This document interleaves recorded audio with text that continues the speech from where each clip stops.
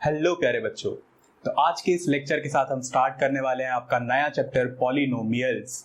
आपका chapter number 2 NCERT में उसे हम स्टार्ट करने वाले हैं। आज के सेशन में बताएंगे कि क्यों पॉलिनोमियल पढ़ाया जाता है और आप क्यों पॉलिनोमियल पढ़ते हैं।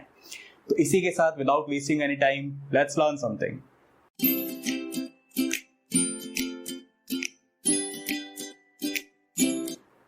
बच्चों, पॉलिनोमियल के बारे में अगर मैं सीबीएसई बोर्ड एग्जाम की बात करूं तो पॉलिनोमियल सेकंड यूनिट का पार्ट है अलजेब्रा। अलजेब्रा में आपको 20 मार्क्स का वेटेज दिया गया है अकॉर्डिंग टू योर ब्लूप्रिंट। और अलजेब्रा यूनिट के अंदर 4 चैप्टर ऑलरेडी एग्जिस्ट करते हैं, जिसमें पहला चैप्टर पॉलिनोमियल्स है। तो एक सिंपल डिवीजन से देखूं तो पॉलिनोमियल्स का वेटेज मेरे पास 5 मार्क्स का दिखाई देता है। और मैं अगर प्रीवियस ईयर पेपर्स को एनालाइज करके देखूं तो ये 3 to 5 मार्क्स का वेटेज आता है, क्योंकि इस एक यूनिट में जो बाकी के चैप्टर्स है वो ज्यादा इंपॉर्टेंस रखते हैं, इसीलिए कभी इसका वेटेज कम हो जाता है, कभी 5 मार्क्स का वेटेज कैरी करता है।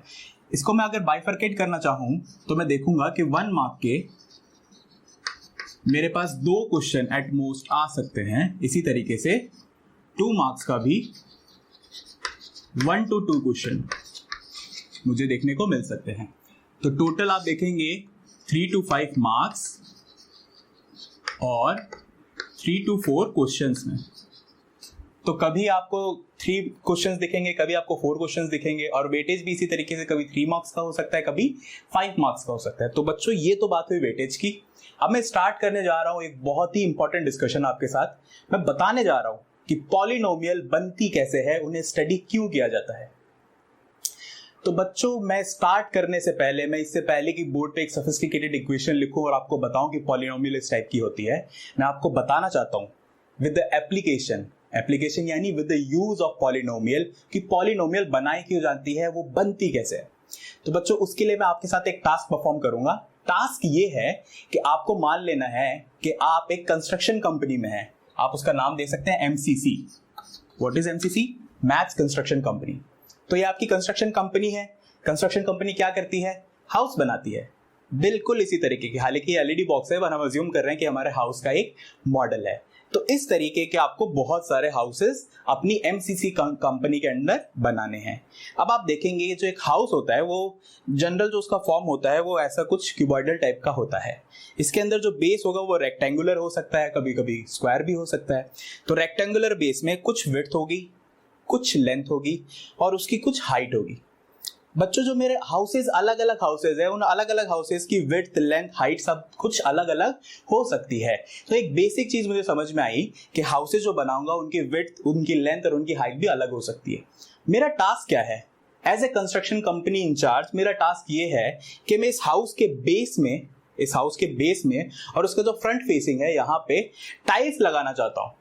और टाइल्स लगाने के लिए मैं इसका सबसे पहले एरिया निकालना चाहता हूं, ताकि मेरे पास आ जाए कि मुझे कितना स्क्वायर मीटर एरिया में टाइल लगाना है। ये मैं कैलकुलेशन करना चाहता हूं ताकि मैं अपनी कॉस्ट निकाल सकूं कि कितना कॉस्ट मुझे लगने वाला है। तो बेसिक सी चीज आपका टास्क क्या है कि आपको सभी हाउसेस का मिला के एरिया काउंट करना है, जितने एरिया में आपको टाइल लगाना है। और कंडीशन ये है कि आपको टाइल सिर्फ बेस में लगाना है और फ्रंट वॉल में लगाना है। तो आप करेंगे क्या? आप किसी एक हाउस के बारे में सोचिए। अब देखिए, एक जो चीज है कि हाउस का विड्थ, लेंथ और हाइट तीनों चीजें चेंज हो सकती है। तो मुझे चेंज होने वाली चीजों को बनाना है वेरिएबल। जी हाँ, तो सबसे पहले मैं क्या करता हूं कि मैं जो बेस में टाइल लगने वाली है उसका एरिया निकालता हूं। तो आपको पता है एरिया, इस केस में मेरा बेस है रेक्टेंगुलर, तो उसमें मेरा विड्थ और लेंथ को मल्टीप्लाई करूंगा तो बेस का एरिया आ जाएगा।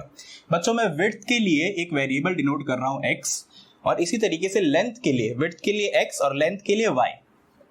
तो अगर मैं x और y को मल्टीप्लाई कर दूंगा तो मेरे पास बेस का एरिया आ जाएगा। तो x इंटू वाई मल्टीप्लाई होके बन गया बेस का एरिया। इसी तरीके से अब आपको बेस का एरिया निकल के आ गया और आपको फ्रंट फेसिंग जो वॉल है उसका एरिया निकालना है। तो उसके लिए आपको विड्थ और हाइट को मल्टीप्लाई करना है। विड्थ को मैंने नाम दिया था x और हाइट के लिए एक नया वेरिएबल बना देता हूं z। अब इन दोनों एरियाज को मैं ऐड कर दूंगा, इन दोनों एरियाज को, एक फ्रंट फेसिंग एरिया और एक बेस का एरिया, इन दोनों एरियाज को अगर मैं ऐड कर दूंगा तो मेरे पास एक हाउस के लिए जो टोटल सरफेस एरिया है जिस पे टाइल लगाना है वो निकल के आ जाएगा। लेकिन ध्यान देना, मैंने इसके अंदर x y z 3 variable use कर लिए हैं और इसकी वजह से अब मेरे पास फ्लेक्सिबिलिटी है कि मैं एक्स की वैल्यू, वाई की वैल्यू, जेड की वैल्यू कुछ भी डाल के अलग अलग हाउसेस के लिए अलग अलग एरिया कैलकुलेट कर सकता हूं। तो बच्चों मैंने सबसे पहले अपनी एक पॉलिनोमियल बना ली है जिसका यूज क्या है, मुझे एरिया निकालना समझ में आ गया कि मुझे टाइल का एरिया कितना चाहिएगा और इसी को बोलते हैं पॉलिनोमियल। बच्चों इसको रिप्रेजेंट करने का तरीका होता है polynomial in x y and z, क्योंकि इसके अंदर 3 वेरिएबल है एक्स वाई एंड जेड, इसीलिए इसको लिखते ऐसे polynomial in x y and z. ये एक जो बड़ा लंबा चौड़ा लाइन है polynomial in x y and z, उसको शॉर्ट में ऐसे लिखा जाता है। तो बच्चों ये मेरी सबसे पहले टाइप की पॉलिनोमियल, एकदम सिंपल टाइप की, मैंने आपको एप्लीकेशन से समझा दी। आपके सिलेबस में आपको 3 वेरिएबल्स को एक साथ डील नहीं करना है, आपको सिर्फ एक सिंगल वेरिएबल की पॉलिनोमियल स्टडी करनी है। सिंगल वेरिएबल की, सिंगल वेरिएबल का एग्जांपल क्या हो सकता है, चलिए मैं आपको बता देता हूं। अब मान लीजिए कि आपके जो भी घर बनने हैं उनमें एक कंस्ट्रेंट है, एक लिमिट है। वो लिमिट ये है कि आपको घर जो बनाने हैं वो क्यूब शेप के ही बनाने हैं, यानी कि उनका बेस जो होगा वो स्क्वायर होगा और हाइट भी उतनी होगी जितनी विड्थ और लेंथ है। ठीक है बच्चों, तो अब की बार आप देखेंगे कि एरिया निकालने जब जाएंगे हम, तो अब आपका बेस का एरिया हो जाएगा एक्स स्क्वायर, क्योंकि दोनों लेंथ सेम है, एक्स और एक्स है। और इसी तरीके से जब आप हाइट के लिए निकालने जाएंगे, सामने फ्रंट फेसिंग वॉल का निकालने जाएंगे, तब मैंने एक कंडीशन और लगा दी है, तो कि आपको पूरी वॉल पे नहीं करना है टाइलिंग, आपको सिर्फ 4 मीटर हाइट तक करना है। कितना मीटर हाइट तक? 4 मीटर हाइट तक। तो 4 मीटर हाइट तक टाइलिंग करेंगे तो कुछ इतना एरिया कवर होगा। तो मुझे उस एरिया कैसे निकलेगा, 4 यानी कि हाइट इंटू विड्थ, विड्थ क्या है मेरे पास x, x इंटू 4 या फिर 4 इंटू एक्स, ये मेरे पास टोटल एरिया आ गया। और अब की बार जो मेरे पास पॉलिनोमियल बनी है, this is only in y, polynomial in x। तो polynomial in x would be equals to x square plus 4x। तो हमने देखा एक अपने बहुत ही सिंपल टाइप की एप्लीकेशन से पॉलिनोमियल बनाना सीखा। इसी तरीके से आपको बहुत अलग अलग एप्लीकेशन में पॉलिनोमियल के अलग अलग फॉर्म देखने को मिलते हैं अलग अलग वेरिएबल्स में। यहाँ पे मैंने x लिया, मैं चाहता तो y भी ले सकता था, z भी ले सकता था, वो मेरे ऊपर डिपेंडेंट है। तो इस तरीके से पॉलिनोमियल बनती है और भी बहुत से एग्जांपल है। अभी 9th क्लास में आप न्यूटन्स इक्वेशन ऑफ मोशन पढ़ के आए हैं और उसकी जो सेकंड इक्वेशन थी वो कुछ इस तरीके की थी। अगर एक्सेलरेशन कांस्टेंट है तो डिस्प्लेसमेंट को आप लिख सकते हैं u into T plus half A T square में, यानी कि u आपकी इनिशियल वेलोसिटी, a आपका एक्सेलरेशन। अगर आप बहुत ध्यान से देखें तो आपको दिखाई देगा कि t के अंदर ये एक वेरिएबल है। अगर t हमारा टाइम अगर वेरिएबल है तो ये भी एक पॉलिनोमियल है और इस पॉलिनोमियल में वेरिएबल कौन है, टाइम। तो साइंस में भी आपका जो पॉलिनोमियल्स है वो बहुत ज्यादा यूज होता है। हमें यहाँ पे मैथ्स में क्लास 10th में क्या पढ़ना है, क्या हमें एप्लीकेशंस पढ़नी है? नहीं, बिल्कुल नहीं। बच्चों आप अपनी लाइफ के उस स्टेज में है जहां पे आप शायद अभी कोई व्हीकल चलाना सीख रहे हो, जैसे कि स्कूटी हो सकता है, बाइक हो सकता है। तो आप उस व्हीकल को चलाने के लिए उसके अलग अलग फंक्शंस को समझते हैं, उसे ऑपरेट कैसे करना है आप समझते हैं। जैसे कि आप समझते हैं कि ब्रेक क्या होता है, एक्सेलरेशन क्या होता है, बैलेंसिंग क्या होता है, ये सब चीजें आप सीखते हैं, यानी कि अपनी स्किल को इंप्रूव करते हैं।